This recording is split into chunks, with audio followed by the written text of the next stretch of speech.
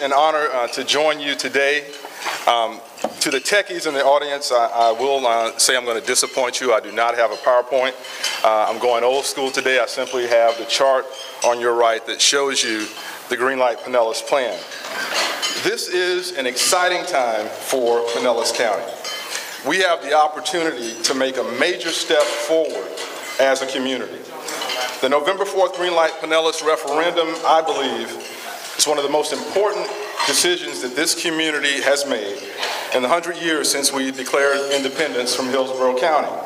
Now, we love our neighbors over in Hillsborough County, but I will ask Mayor Buckhorn to keep his hand off of our raise. To the media, I was smiling when I said that. Greenlight Pinellas is the culmination of 30 years of work and a quest to develop a modern, sustainable transit system for Pinellas County, and to give our citizens real choices on how they move around our county, how they get to work, how they get to recreation, how they get to houses of worship, and other life activities that occur every day. The Greenlight process has been a great collaborative effort. It's been the kind of effort that we need to employ on all of the big complex issues that we face in Pinellas County. The Greenlight process has been based on factual data, on best practices, on objective analysis, and on a collective vision for our future, with the goal of building a stronger, sustainable, competitive, and connected Pinellas County. Now, I know Tigers like quotes, and I'll give you a few quotes today. One of my favorites is, "Where there is no vision, the people perish." We can no longer afford a passive status quo approach to our community's transportation needs. We must not allow the politics of fear, partisan politics, half-truths, and conspiracy theories to poison this debate. And we literally cannot afford to simply build more and more lanes to support more and more automobiles, whether they're driven by people or by computers. Because the fact is, we cannot cure traffic congestion simply by paving over more and more of Pinellas County. So we have a choice between a visionary collaborative plan for a modern, efficient, fairly funded transit system, or we can continue with the status quo. We can follow the lead of those who say no to every new progressive project in this county. And we can continue to carry the distinction of being the only major urban area in the United States without a modern transit system or a funded plan to develop one. The choice is clear. One path empowers our community for the future, and the other path anchors us to the past. Greenlight Pinellas is the right choice for our future. First, Greenlight will dramatically improve transit in Pinellas County.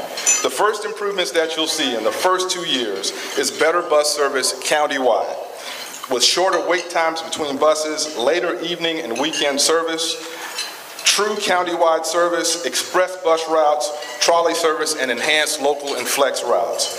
You won't have to wait for a bus longer than 15 minutes on our major routes, or more than 30 minutes on most of the rest of our routes. The hub system, like we see at Williams Park, will be eliminated, and we'll move to a grid-based system with much easier transfers at bus stops. Better amenities, including bike and pedestrian access, shelters, and park and ride facilities are all included in this plan. The plan also includes the most talked about element, and that is light rail, connecting Clearwater, Largo, Pinellas Park, Gateway, Lellman, and St. Petersburg, with a future connection to Tampa.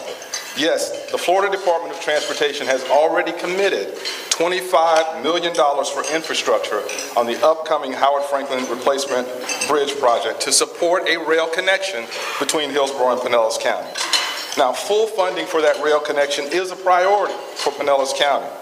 And I will note that Governor Scott recently recommended allocating more than $200 million for a rail terminal at Orlando's airport aligned with the SunRail project. We deserve that same kind of support for our transit system. And there will be a regional effort to secure the balance of the funding for the Howard Franklin rail connection. The second benefit is about jobs and economic development. The rail element of Greenlight Pinellas is important in that it provides a congestion-proof connection between our major activity centers and sets the foundation for regional rail connection. It includes 16 rail stations along the route. And around those stations, we will see retail, commercial, residential, institutional, and other development. The concept is proven. It is called transit-oriented development.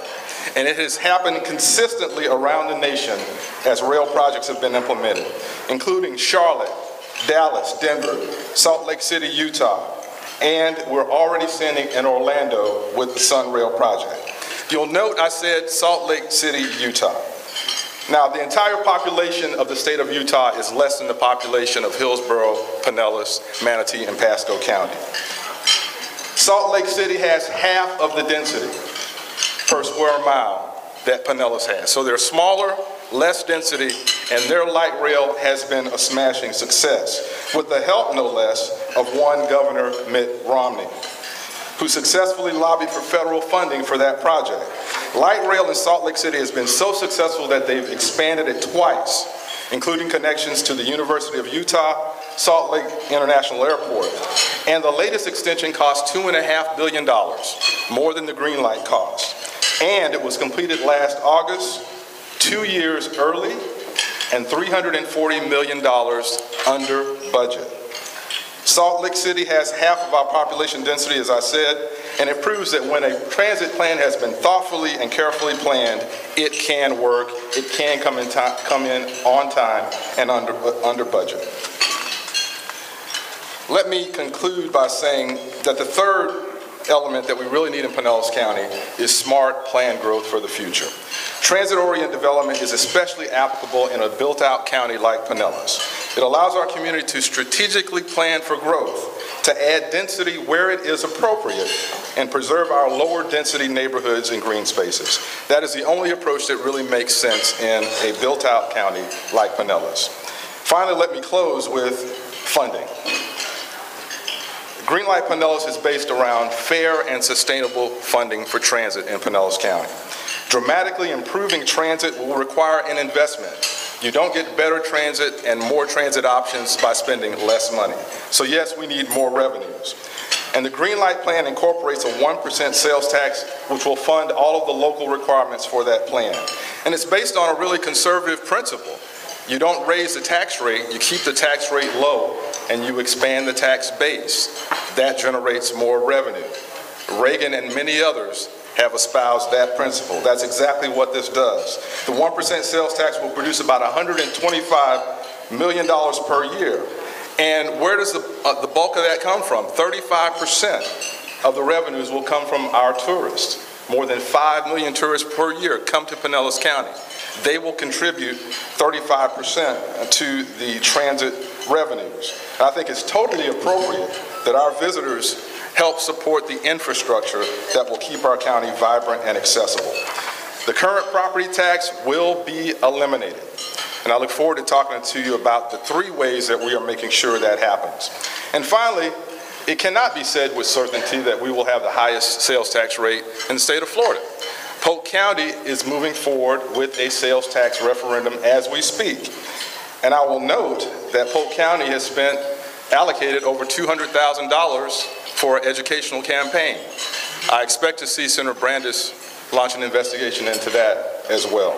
I look forward to your questions and comments. Thank you.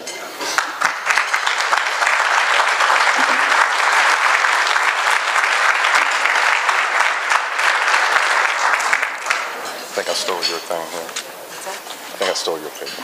Thank you. Thank you. Our next speaker is Barb Haselden. She's campaign manager and spokesperson for No Tax for Tracks. She's also the leader of the South Pinellas 912 Patriots Tea Party group. She stresses, though, that this campaign is not a Tea Party effort. A staunch opponent of Greenlight Pinellas, she organized her own community education campaign in protest of public monies being spent on only one side of the debate. Haselden and the No Tax supporters insist that PSTA mismanages the current system, which is the reason for its problems and dwindling resources. Do you think that she and her organization are underdogs? No Tax for Tracks successfully defeated a similar mass transit proposal in 2010 in Hillsborough. Her bio describes her as an outspoken activist on fiscal issues promoting sound government economics. Before you dismiss her activist style, keep in mind that Suncoast Tiger Bay Club itself offers a highly regarded award to citizens who successfully take a grassroots approach to public betterment, whether we agree with their methodology or not. Please give a warm Suncoast Tiger Bay Club welcome to Barb Haselden. Well, that's very exciting. I didn't know there was a prize. So thank you, and I really am delighted to be here today. I've been looking forward to this very much. And so I do have a PowerPoint presentation, and just getting right into it, you know, I have, after the Hillsborough defeat over there in 2010, I've gone to the PSTA meetings now for about 3.5 years. So what I'm going to be showing you is a lot of their information, if this works. This is not going to work. So let me go over here and do it this way. Okay. All right, first of all, we're going to start with just the basic fact that public transportation at the end of World War II was 50% of the people that lived in urban settings used public transportation. And then over the years, you can see that it has slid down to 2%. And certainly here in Pinellas County, we have less than 2% that depend on public transportation.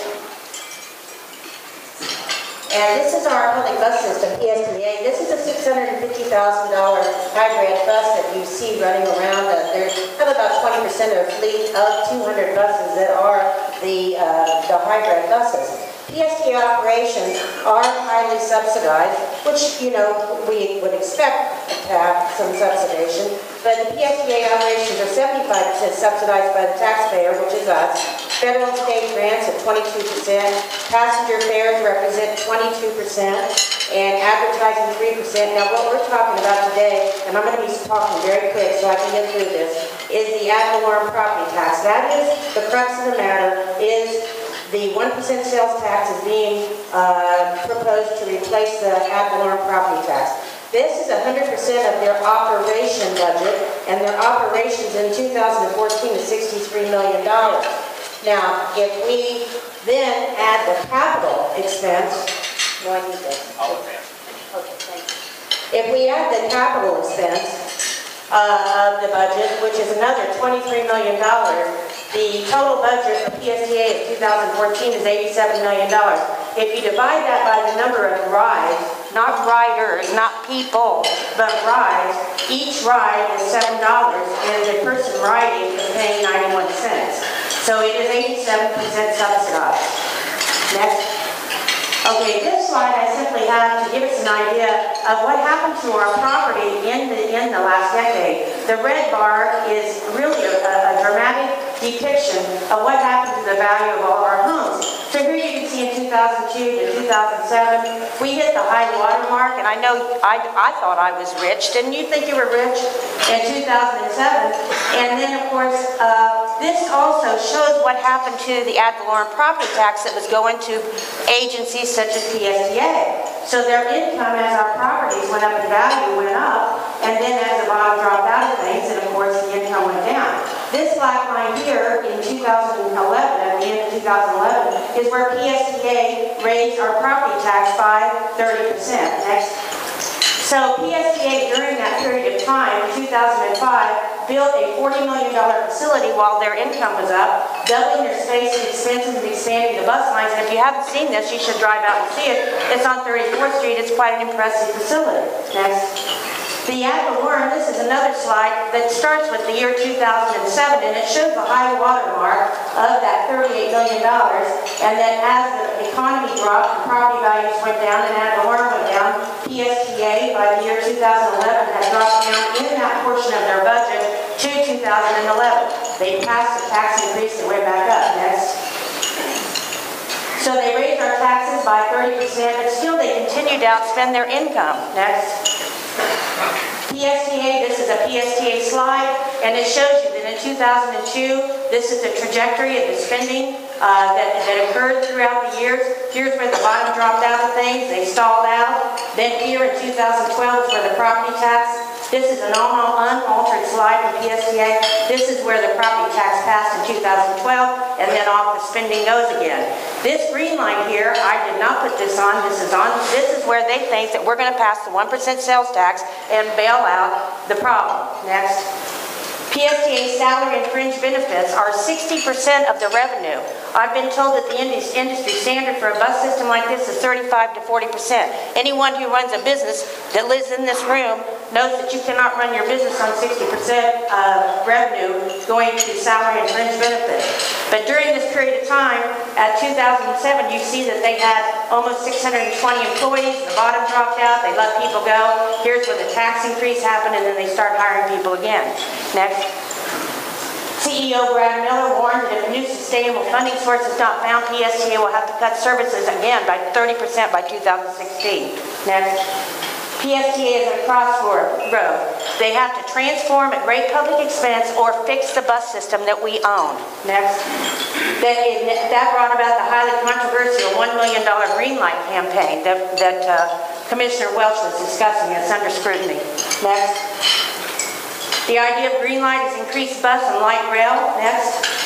But it's 90% rail, 10% bus. This is out of the Ernst & Young report that PSTA hired done. And the darker bars here show you how much of the capital is going to go to light rail. And this here is how much is going to go to the bus expansion. And the numbers shake out. It's $2.5 billion for light rail, $300 million for bus expansion. And the first few years they will use the sales tax to expand the buses. Next. Green Light Pinellas is in a tax swap. It's a massive 14% increase in the sales tax rate from 78%. And the ad valorem property tax now, $32 million, is going to be replaced by the sales tax, which would generate $148 million a year in the first year, which is 2017, according to Ernst & Young. Next. The increase is enormous. This shows you what the scale of this and the scope of this is. Again, we're just talking about that one part of their budget. Now it's $30 million. The new tax from the sales tax, $130 million in 2016. It is projected to go up by 3% each year without sunset, unlike penny for Pinellas. It will go on I started to say ad nauseum, and that's probably pretty close. Go ahead. The next one is the Pinellas County highest sales tax in the state. You know, other people might be thinking about whatever. This would be the highest sales tax in the state. Next. And it cannot be good for business. I just want to mention that just can't be good for business. Then, it's very important that we understand PSTA will apply to issue bonds and obtain federal grants by using the income stream from the sales tax. They will obtain loans and grants and bonds that will get us a couple $1 billion in debt in our county. Initially, $1 billion in almost immediately. Next. Doing nothing is not an option. PSTA's Brad Miller said just a few months ago. Next. It's based on many false premises. This is a brochure off of their website, and they say in the brochure that we have to get ready because 200,000 or more people are coming to Pinellas County by the year 2040. Next. But that is not true. We have flat growth projected in Pinellas County. Next. They also say we have record ridership on the buses, 1 million people, 1.2 million a month. But next, how do they count bus riders? And I think that, you know, this is one thing that we have to understand, and that is that one bus rider goes to the mall, they transfer a couple times, they go back home, and it's 6 rides. So when we're talking about 1 million rides a month, that has basically been unchanged since I found back in 2008 there were over 1 million rides a month. It's not riders, it's rides, and it depends on how they count that. Next. Have you noticed empty buses? I certainly see empty buses all over town. Next. And the 700, and last summer they did a Pinellas Community Bus Plan in July of 2013. We paid $700,000 for this plan through PSTA last year. Next. And this tells us why we have empty buses. This is an independent bus study. Again, this is on PSTA paper you can see here. This is a picture of the 40 bus routes that were at that time last summer. That these represent buses, these represent trolleys, these two represent the buses that go over to Tampa, 2 lines. This is unaltered slide, and it tells us that the top 5 local routes account for 46% of the whole system ridership. These two account for another 13%. So combined, these routes, these 7 routes out of 40, account for 60% of the system ridership. Next. So we want them to implement the $700,000 bus study called the core strategy in the no new revenue scenario. I don't have time to get into that, but this is what we support, the finding of the $700,000 bus study that you and I paid for. Go back. Next. And a lot of these routes could be served by $144,000 connectors instead of these $650,000 megabuses. Next.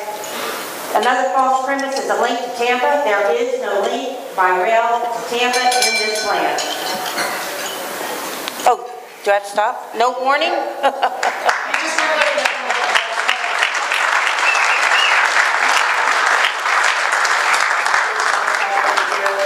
can't talk any faster than that. You can bring that if you want. Oh, thank you. We'll hand it back to you. All right, Tigers. We have something new in store for you for the question and answer portion. I have the distinct privilege of calling on the questioners. We will also alternate between a question for each speaker, equally back and forth. The speakers will have 2 minutes to respond. There is no rebuttal time. It would have to be formed in another question in the future. So, as we are reversing the order from the speaking, we are going to begin. Actually, the reversal will be in the closing remarks. So the first question will be for Commissioner Welch. Here. And wait for Chandra to come. Don't forget to state your name. I'm Peter Goldbach. There's an issue about the Tampa Bay Rays keeping them in St. Petersburg. And there's been a lot of discussion that this rail system will go a long way towards keeping the Rays in St. Petersburg. How did you feel about that, Mr. Welch? Thank you for the question. I think wherever the Rays ultimately end up, mass transit will have to be a part of that solution. So whether it's Tropicana Field, Gateway, or over Hillsborough County, it only makes sense to have a rail connection at that major activity center. But that's not the focus of Greenlight Pinellas. Greenlight Pinellas is about building a modern transportation system, building the bus system that we need in this county, and then adding on to that the light rail system that will be congestion-proof and will provide a linkage to Hillsborough and other parts of the region. Since I've got 2 minutes, let me just say, another quote, in the ranking of disinformation, there are lies, darn lies, and statistics, and I would add to that statistics in the hands of no tax or track. There are so many misinformation items being put out there. Look, I'm used to this because I was chairman during fluoride adoption, so I'm used to you doing this. But look, you did the same thing during the fluoride debate. Please respect the speaker. You did the same thing through the fluoride debate. You put out bad facts to poison the debate, and you disrupted meetings just like you're doing now. Look, we're going to have a civil debate, but we're not going to allow this to be poisoned by disinformation. Now, one of the things that we talked about is the fact that FDOT has already put $25 million of hard money in their budget for a rail connection to Hillsborough. That is not something we dreamed up. That is a fact. There is planning with FDOT, TFAR, with Pinellas County, with PSTA for a connection to Tampa that's integral to our plan. The issue about ridership, our ridership is increasing. The metric that is used nationwide is boardings or rides. That is used nationwide. PSA did not make that up. And if you look at our data, we are at record levels of ridership. Whether you measure that in rides or trips, folks are using PSTA and transit in general nationwide more than they ever have. Those are the facts. And finally, we don't tint our windows because the buses are empty. May I remind, please, our members and guests that both of our speakers deserve the opportunity to speak without interruption.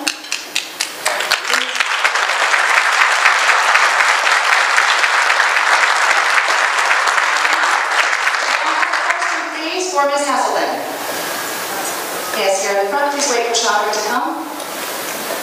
Hi, my name is Christine Mendoza. I'm a new member. I was late to lunch today because I spent an hour and a half driving from Newport Richie. I commute down to come do these lunches. It would be wonderful to hop on a train and Tarpon Springs. I'm 31 years old. I sit on the board of Tampa Bay Wave. I represent 31 entrepreneurs. My question is, would you like to see more people like me creating businesses in Pelham County? And if so, how do you compete with other cities that have mass transit? Thank you. Your question. Yeah, thank you. We are about 2 or 3 referendums away from ever having a rail that would go all the way up to Tarpon Springs. So this does not go anywhere near Tarpon Springs, and so I don't think that it would help you with your dilemma.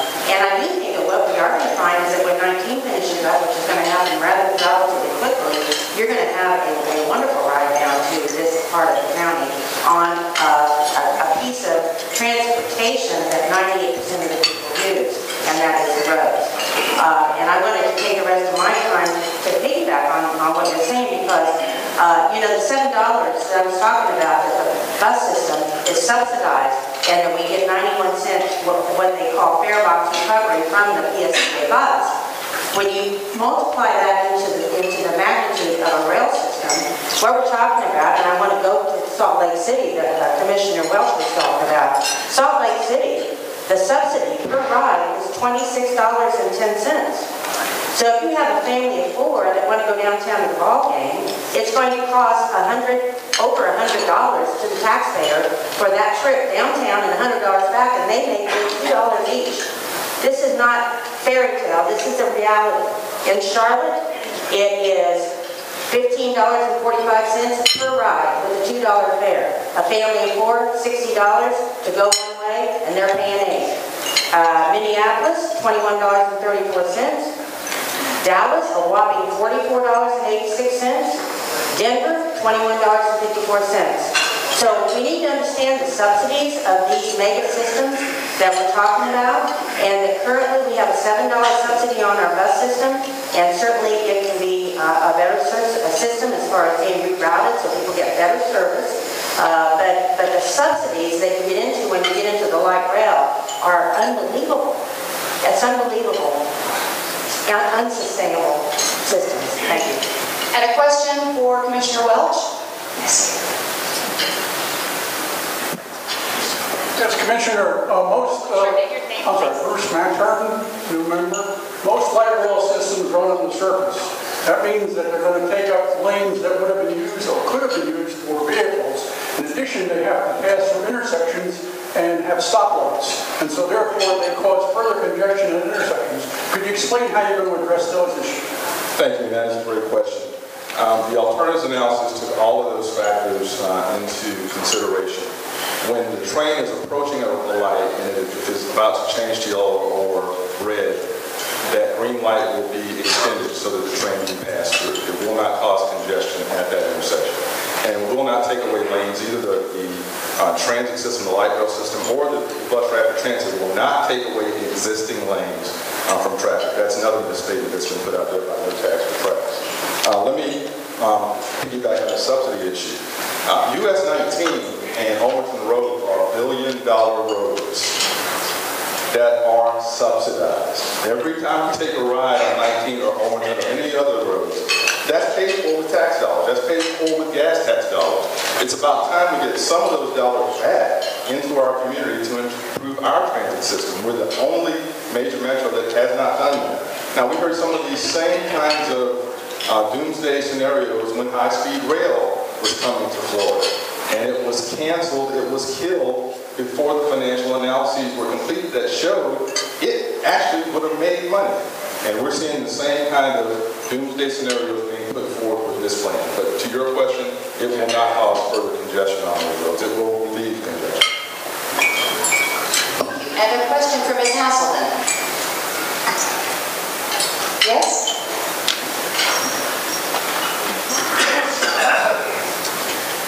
Hi, my name is Lois Friesen. I'm a chronic leave my tag at home person. I'd like to know, I'm almost 74 years old, and I don't expect to be able to drive for the rest of my life, and I'm sure others in this audience are in the same position, as I am, what do you propose is our alternative to get to the grocery store, to the doctor, and any place else? Do we have to put ourselves into elderly communities and not participate in our own communities? Thank you. That is just an awesome question, and actually my field is very close to close to elderly issues as far as my own personal business. And yes, moving into what they call a continuing care retirement facility, we have wonderful ones, but that doesn't have to be what you have to do. I think that what we're going to find is, look at the innovations. I just said a couple of days ago how wonderful it is that we are living in a time when we have all this access to technology and the computer, and I mean, it's just incredible what we have seen during our lifetime occur. And what's coming is in the way of private transportation. You know, we're seeing innovations, the Wall Street Journal articles that are occurring regularly about the private, the Google cars, I'll use that as a word, where they're self-directing. And I think we're going to see that, obviously, within a very short period of time. We're going to see innovations in personal transportation, not public transportation. And that's going to be where you will be able. Now, let me add to that also that public transportation also offers DART. Are you familiar with the DART program, I wonder, where the public is paying to transport people that are needing to go to the doctor or needing to take different services. So there is already a wonderful program that's being funded by the taxpayers for folks who need rides to needed services. But so we're talking about lifestyle choices, we're talking about innovation in private transportation, thank you, and we're talking also about the fact that the public transportation already addresses the needs of folks who maybe live in many different arenas. Thank you. And a question for Commissioner Welch? Yes.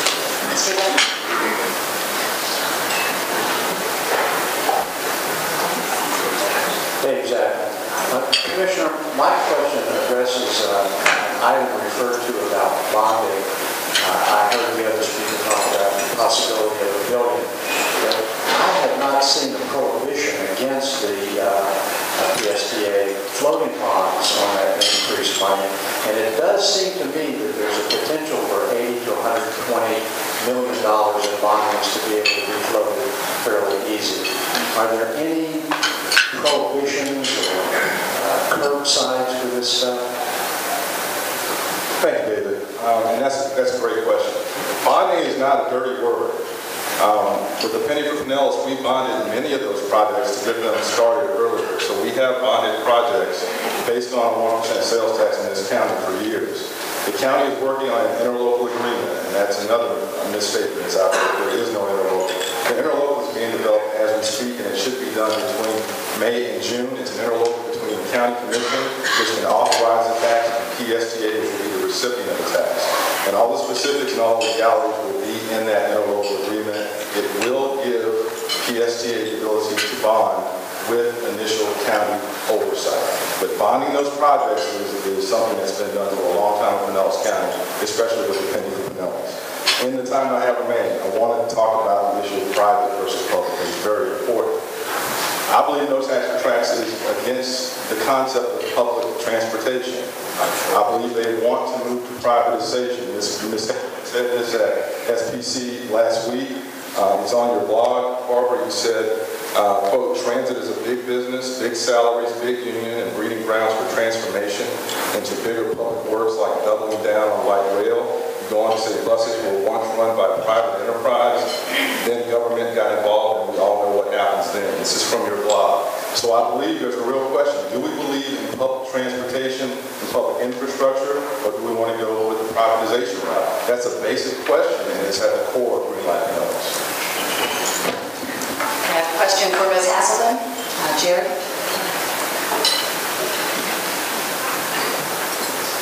Jared Evans. Ms. Haselden, you commented on a $7 per ride on the bus system. Have you bothered to check what the cost per rider is when you start taking my hourly salary into consideration when it takes me more than 3 hours to get from my home to North County? No, I'm sorry, I'm not quite sure I understand the question. What is my true cost to travel on the current bus system? $2, but when you look at the overall, it's 91 cents as far as when you factor out. I'm asking if you factored in my time, my 3-hour time to ride that bus. That, what you're talking about there, I think is what needs to be fixed. And, you know, to go back, we definitely believe in public transportation. I can't imagine what our society would be like if we did not have public transportation. It would be a tragedy to see young folks or older folks or any folks for that matter that would be trudging down the sidewalks or down the roadways trying to handle their children and their groceries, and it would be, it would like just be a tragedy, and our whole society would be so different if we did not have public transportation. So I want to set the record straight on that. What I'm totally against is runaway public transportation and building our whole society around public transportation. We ought to be building our society around what the innovations, and when I was saying private, I meant personal transportation. If I said a few minutes ago that the innovations are in private, did I say private transportation? Because I apologize, I meant personal transportation. When I said the Google car, that is a personal mode of transportation. I used to, especially when I was starting my business out, thank you. When I was starting my business out, and I have clients all the way down to Fort Myers, and for years, I pounded across that bridge 3 and 4 days a week in my car, and I would meet with clients in their homes, and I built up a very successful business over the 25 years that my business has been in existence, and I'm up in Northeast St. Pete. I could not have done that, you know, without my car. And I think that there has been more wealth, that personal wealth, that have been created through an automobile, and we should embrace that. And that's time. Thank you. Question for Commissioner Welch. Mr. Paulson.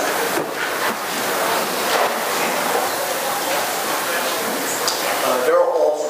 My question has to do with respect and civility in discussing this issue. I was dismayed by many of the response when we began answering the first question and comments from the audience. But at the same time, my question to you, isn't it somewhat disrespectful for you to categorize those who, first of all, in a positive way, support this as a progressive vision, but and those who oppose it as those who engage in the politics of no, when they may in fact have legitimate concerns about a $1.2 billion tax increase on top of an already $1.2 billion for penny for Pinellas. Is that a fair way to treat those who support the need to pass this referendum? It's absolutely a fair question, and my comments were directed specifically towards no tax for trash and the information that they have been putting out on the web, in emails, in personal attacks on PSTA board members. It was not to folks like Dave Zachin, who I have talked about on this issue, and he's on the other side of it. If you have a legitimate question, that's what this is about. But if you're going to make personal attacks, if you're going to make accusations about the PSTA board being corrupt, which Mr. Rass made in an email that was blasted around this county, if you're going to attack the sexual orientation of a PSTA board member as some kind of a reason to vote against me like Pinellas in an email that's blasted around this county, if you're going to say that we are tinting the windows on our buses to hide empty buses, if you're going to make those kind of accusations, then I have to respond to that. I try to do it in a civil manner. I think I have a record of the way I have conducted myself in office. I've been civil to everyone, but it doesn't mean I'm going to lay down and roll over from misinformation, personal attacks, and misinformation that's being put out there. And so that's why I approach it that way. I definitely said that those comments were directed towards no tax for trash.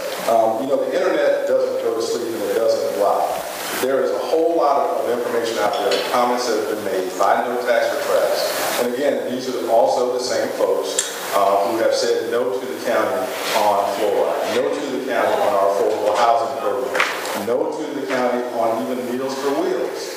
And so that's why I said, folks, and it's the same exact people, I can name them by name, I didn't do that, who have said no consistently, and they have disrupted our meetings consistently. I've chaired a lot of those meetings as chairman of the Board of County Commissioners, PSTA chair. Asked them, don't disrupt the meeting, and be courteous to everybody. So that's why I put that out there. Folks need to understand that a lot of bad information is being put out there, a lot of personal attacks, things that don't advance the conversation. And so I think I have a responsibility to respond to that.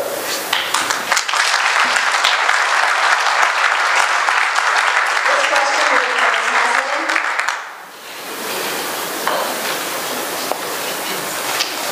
Yeah, this is from Ms. Hazleton. First of all, I would reject most of what... Your name, please. Pete Franco, South Pasadena. I would reject most of what I feel a little offended by what Commissioner Welch said. It doesn't fit No Tax for Tracks. I'm strongly affiliated with No Tax for Tracks. Your question, sir. Okay, the question is, with respect to, they talk a lot about transit-oriented development. And along East Bay, West Bay, there's quite a few businesses. I mean, I've walked quite a few myself. Do you see those businesses as being helped by this or hurt by this? That's the question. Well, thank you. I think what Mr. Franco is referring to is all of the businesses along like East Bay, West Bay, along the proposed rail line that mostly are not aware that this is even about to happen if it were to pass. And many of these businesses are small business owners that, like the businesses along 19, will probably not be able to survive the construction that it would take, the time involved for that. So thank you for that question. But I just have to reject so much of the hostility that I feel has been directed. I certainly have not. I'm not guilty as a spokesperson. And Mr. Rath is not a part of No Tax for Tracks. Excuse me, Mr. Rath is not a part. He's not a member of No Tax for Tracks. There are many people around the county that attend these various meetings that are not associated with No Tax for Tracks. And this gentleman here that just spoke is a retired 23-year Army major. So, we have terrific people that are part of No Tax for Tracks, and they come from all over the county, and they're attracted by the message of sound transportation with sound policies. Certainly, I think that we're getting away from some of the issues that have to be addressed, which is a mismanaged system that can be evidenced by all of the buses that are running around town that have 2 and 3 people on a lot of these routes. If you have a business, it needs to be fixed. And so throwing rocks at us and trying to attack us personally I reject that. I have tried very hard to present to you PSTA's own information, their charts, their graphs. I've put the hours into going to these meetings for 3.5 years, and I'm just wanting to bring this information to you people.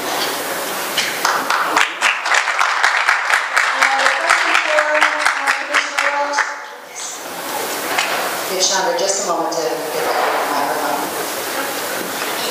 Hi, my name is Eric Gerard. I commute every day from Largo, Indian Rocks Road, near Walsingham, into downtown St. Pete, Central Avenue, between 4th and 5th Street.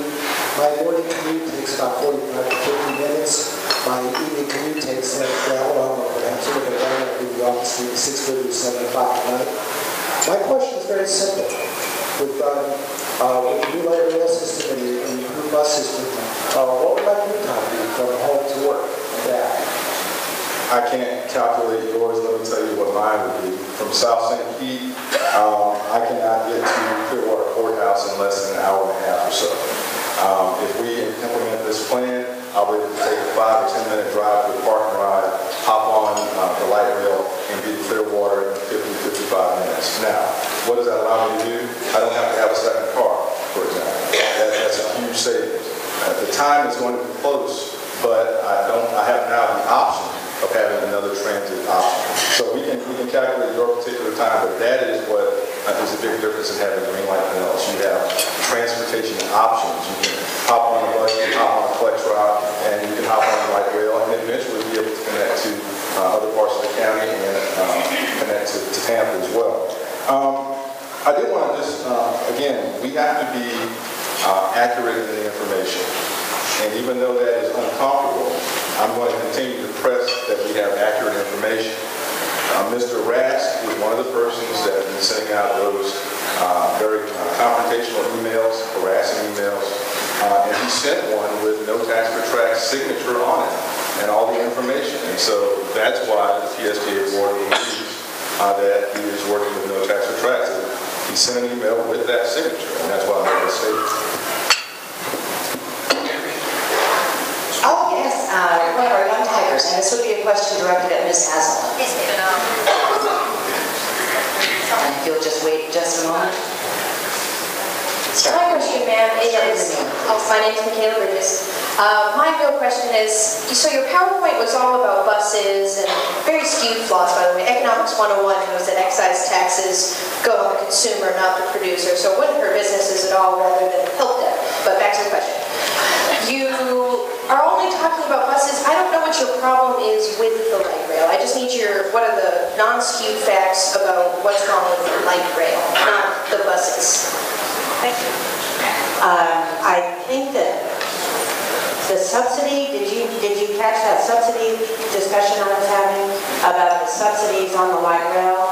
And you know, basically what we're talking about here is that we would have a PSTA bus system that would become a vehicle. I think, actually, go back to what he was talking about as far as bonding is not a bad word.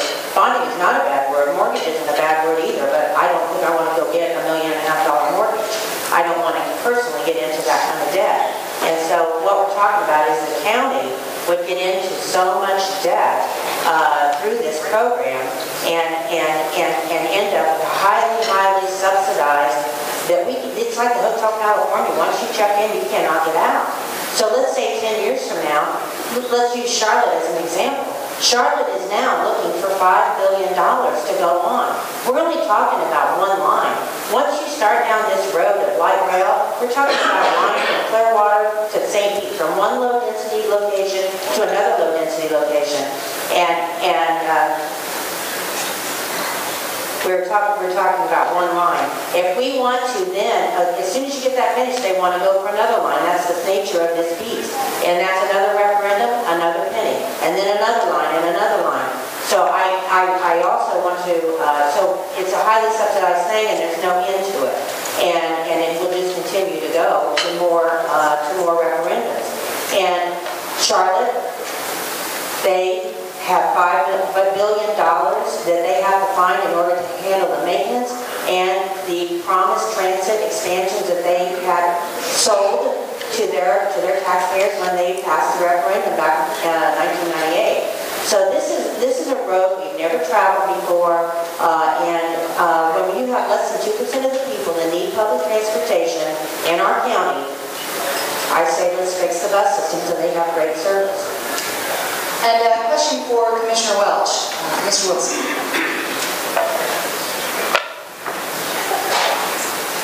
I'm Gregory Wilson. Thank you both for coming. Commissioner, if this passes, and we can be optimistic for a moment, the fact of the matter is there's still going to be an awful lot of people who will never ride the light rail and who will never ride the bus. But there has to be something in it for them to vote for it. Could you give us an answer for those voters? Thank you, Mr. Wilson. I will do that. The first thing that I want to emphasize is that property tax will go away. I want to spend some time on it. The first way we're going to ensure that the property tax is eliminated, and understand that not every community in Pinellas County pays a property tax in the first place. So it's an unfair tax. The PSTA board will zero out that millage. Those are 15 folks. Most of them are elected officials. So we have to go to the ballot box in an election and be responsible for our actions. We have said we will zero out the millage. The second way that we're going to ensure that is the interlocal agreement between Pinellas County and PSTA. We'll have language that makes sure that PSTA zeroes out the millage. If they do not, we will reduce the sales tax that they receive by that same amount. So there will be no incentive for PSTA to have any ad valorem because the interlocal will make sure those dollars come back to the county. The third way is that we're going to go back to the legislature, which did pass passed legislation that would have taken away PSTA's taxing authority a couple of years ago. It passed the legislature, and some of the same folks that are in this group lobbied the governor to veto it. And he vetoed that bill that would guarantee that the PSTA ad valorem goes away. So that's one thing folks will get out of it. Second, we estimate about 3,000 jobs a year will come to Pinellas County through transit-oriented development along that route. And so that is something that we benefit from. And that is happening already in Orlando with Sunville. It's happening in the other locations. I just want to finish up and say, this is not comparable to Charlotte in terms of the fiscal priorities. This has been fully vetted. It's been audited by Ernst & Young. It is a feasible plan. We will not have the same problems as Charlotte. And a question for Ms. Hazelden will go to Mr. McCarthy. Thank you, Ms. Nelson. Thank you for being here, regardless of how accurate the assumption, Neil McMullen, regardless of how accurate the assumptions and the assertions are that you make, they are all present or near now based. What do you see as the outcome of the lack of investment in transportation that no tax for tracks would bring about 35 to 50 years from now, given the demographic and the population trends of the state of Florida, as well as the economic trends? Well, the population trend for Pinellas County is flat, and that's through 2040. We have actually lost population from 2000 to 2010. I'm sure a lot of you folks know that. We lost a Florida House rep in Pinellas County, and so we have to be careful about projections because projections often don't pan out. And the Ernst & Young is a great example of that. We mentioned Ernst & Young. Ernst & Young did Charlotte's numbers. And I had an opportunity to speak to the Ernst & Young man at PSTA when they were working on the financial feasibility. And I asked him, what happened to Charlotte? Why did their plans fail? And their plan failed because of the sales tax. And the sales tax failed them. And because the economy went down, the sales tax went down, and therefore their projections did not pan out. And now, they're in a quandary, and they're looking at different ways to try to come up with the money because the sales tax didn't carry them through the day. Now, that being said, there is no tax law. Currently, as we said here, there is no tax law. Now, they may be working on it between the PSTA and the county commission and the county administrator's office, but you have to understand that currently there is no tax law. And the Finance and Performance Committee minutes from February 2013, Mr. Miller explained that the alternative analysis financial plan assumed that a 1% sales tax would generate $128 million. Thank you, also. The AA financial plan assumed that PSTA would continue to receive ad valorem taxes as an additional source of funding. The PSTA board contradicted the AA financial plan in voting to eliminate the property tax as a source of funding if the sales tax referendum passed. This is in PSTA's, and currently there is no tax law that has been produced. Thank you. And I know that the questioner is asking for a rebuttal. I'm going to deny that. Unfortunately, I believe that both of the speakers have taken liberty with their 2 minutes to stray from the initial questioner's topic. At this time, however, we will go into closing remarks. And by order of the straw drawing, that would go first to Ms. Hazelden. And if you prefer, the podium is yours, or feel free to stay here. 2 minutes, please. Okay, thank you. I just appreciate the opportunity to be here today. And no tax for tracks. I want to state again, we have people who are coming from all over the county that are coming forward and are like-minded with us, that they're concerned about the future of Pinellas County and the debt that this could bring to our county, the commitment that this could bring to our county, that we would never be able to escape. This is a huge, huge decision. And when you have 98% of the people that are using their automobiles and creating their lives around that lifestyle, how many times a day does that telephone, that cell phone, change your world? This is not the way life used to be, that you get a telephone call and all of a sudden, you know, you just found out that your whole day just got switched and you're going a different direction. And you're able to do that because you have your own transportation. Not everyone is that fortunate, but for us to be able to live the lifestyle that we all have come to embrace, we should not be thinking about how we're going to get our county into debt and rebuilding our whole society around a transportation mode that only 2% of the people rely on. So it makes all the sense in the world that we should be having money put into building roads. So in closing, we believe that Greenlight Pinellas is a massive tax hike and that it hurts the poor and the middle class, because certainly the sales tax is the most regressive form of tax on folks who do not have a lot of money to work with or who are living on a fixed income. We don't need a train in Pinellas County. It is based on false premises such as a population that is burgeoning and it is extravagant government spending. So that is our platform, so to speak, and I thank you again so much.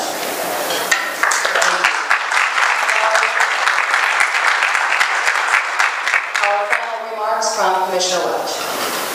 Again, feel free to use the podium or I'm final call, obviously. Barbara, thank you for bridging this debate. Thank you all for being here today. It's going to be important that we get to the facts during this debate. And one of my other favorite quotes is that facts are stubborn things. And despite our explanations or the dictates of our passions, they do not alter the state of facts and evidence. PolitiFact ruled one of the claims that this is a 300% increase on taxpayers as false. We increase the amount of tax revenue by expanding the base, by bringing in our tourists to contribute to our transit infrastructure. The reason that 2% of the people ride our transit is because the transit doesn't take them where they need to go in a timely manner because it's underfunded. We need more revenue to fund the system and bring it up to the same level as every other major metro in the United States. We can either choose to be anchored to the past and where we are, or we can move forward with a plan that has been thoroughly vetted with elected officials, non-elected officials, leaders, neighborhood leaders, business leaders from around this county, from Tarpon to Tierra Verde, have been involved in this process. Again, our population is growing. Don't take my word, go to census.gov, and you'll see Pinellas' population has grown in the last 2 years. The state of Florida had a population decrease in 2009. It was because of the recession. We are rebounding and we are growing, and we plan for that growth. I want to talk about the Ernst & Young study. Please go online to greenlightpinellas.com. Look at the Ernst & Young study. Not only did we have an AA, an alternatives analysis, but we went out and had another and a third financial review that all say that this plan is fiscally sustainable, and it was even stress tested. If we have another recession, it still works. God forbid, even if we have another 9/11, it still works. Read the data that's out there. This is about moving us forward into the 21st century. It ought to be about the facts and not hardline ideology that doesn't look at all the alternatives. I urge you to vote yes for Greenlight Pinellas.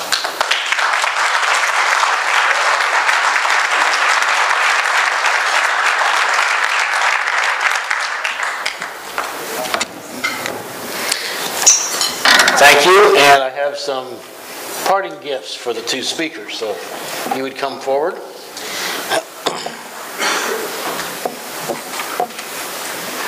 Oh, great. We're proud to present you with our politician mug. Appreciate it. Great, thank you very much. Hang around, we're going to announce the winner in a minute. I'd like to remind everybody